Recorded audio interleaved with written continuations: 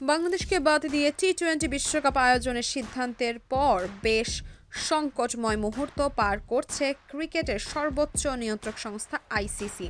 পাকিস্তানের ভারত ম্যাচ বয়কটের পর আরও বেশি কোণঠাসা হয়ে পড়েছে সংস্থাটি। এই ম্যাচটি অনুষ্ঠিত না হলে বড় অঙ্কের আর্থিক ক্ষতির সম্ভাবনা রয়েছে। সেই সঙ্গে আগামী টুর্নামেন্টগুলোর সুষ্ঠুভাবে আয়োজন করা যাবে কিনা তা নিয়ে রয়েছে নানা শঙ্কা।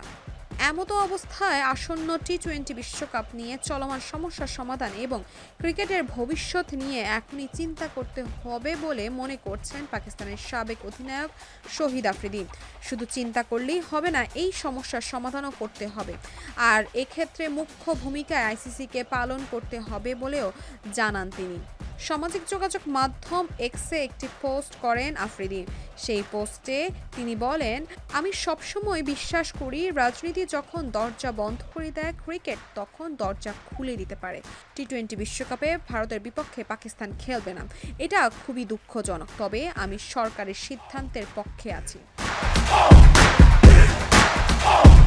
তিনি আরও লেখেন, আইসিসিকে তাদের নেতৃত্বের প্রমাণ দেখানোর এখনই সময়। শুধু কথাতেই নয়, সিদ্ধান্তের মাধ্যমেও তাদের প্রমাণ করে দেখাতে হবে যে তারা প্রতিটি দলের সঙ্গে নিরপেক্ষ, স্বাধীন ও ন্যায্য।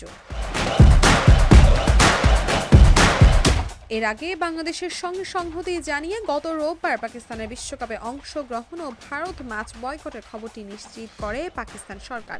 পাকিস্তান সরকার বলেছে, পাকিস্তান ক্রিকেট দলকে আইসিসি টি-20 বিশ্বকাপ 2026-এ অংশগ্রহণের অনুমতি দিয়েছে পাকিস্তান সরকার। তবে 2026 সালের 15 ফেব্রুয়ারি ভারতের বিপক্ষে ম্যাচে পাকিস্তান দল মাঠে নামবে না।